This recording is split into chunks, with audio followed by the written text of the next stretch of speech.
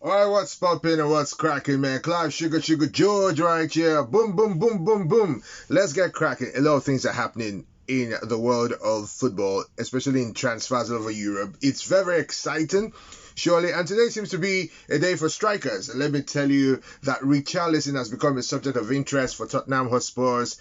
And there is something about this transfer that's very telling because Everton are actually in trouble. Everton are in financial trouble. Everton need to raise money. The only way they can raise money legally now is from player sales.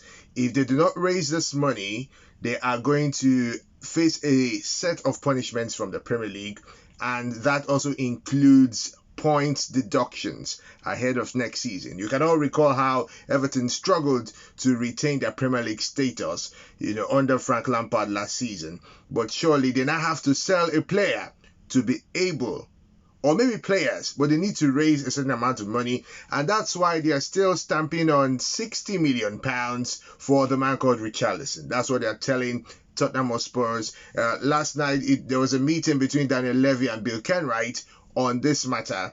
£60 million for Everton's marquee player Richarlison. Will he move? Will he not move? There is no structure of details yet, that I can tell you based on, what sources are saying all over Europe, but the discussion is on, and Everton needs to do this between now and tomorrow, June the 30th.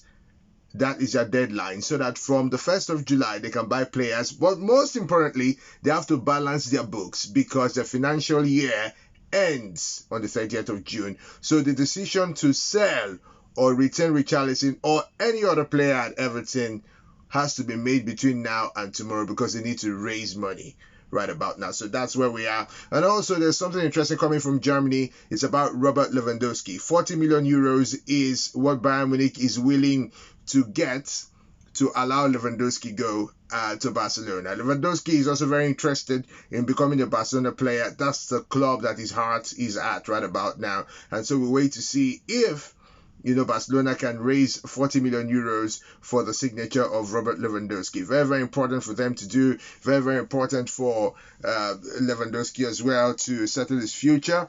I don't know if Barcelona would now have to go out of their way to get Robert Lewandowski, or Lewandowski runs down the clock and leaves for free. I'm actually dreaming of a partnership between Lewandowski and Sadio Mane, but we'll wait to see how it's going to pan out. The man seems disenchanted, and so he has to leave Bayern Munich as soon as possible, and Barca will be the better for it. But the problem is that Barca, Unigbese, have no money. They have to sell, and so that's where Frankie de Jong comes in again. And that takes us to Tyrell Malacia. Tyrell Malacia has indeed set his sights on Manchester United. You all know that already. But one important thing is that Malacia and Frankie de Jong have the same agent. And so that's a good thing for Manchester United. If they can strike the deal for Malacia, which is looking very likely because Lyon have now hand-stuffed that deal.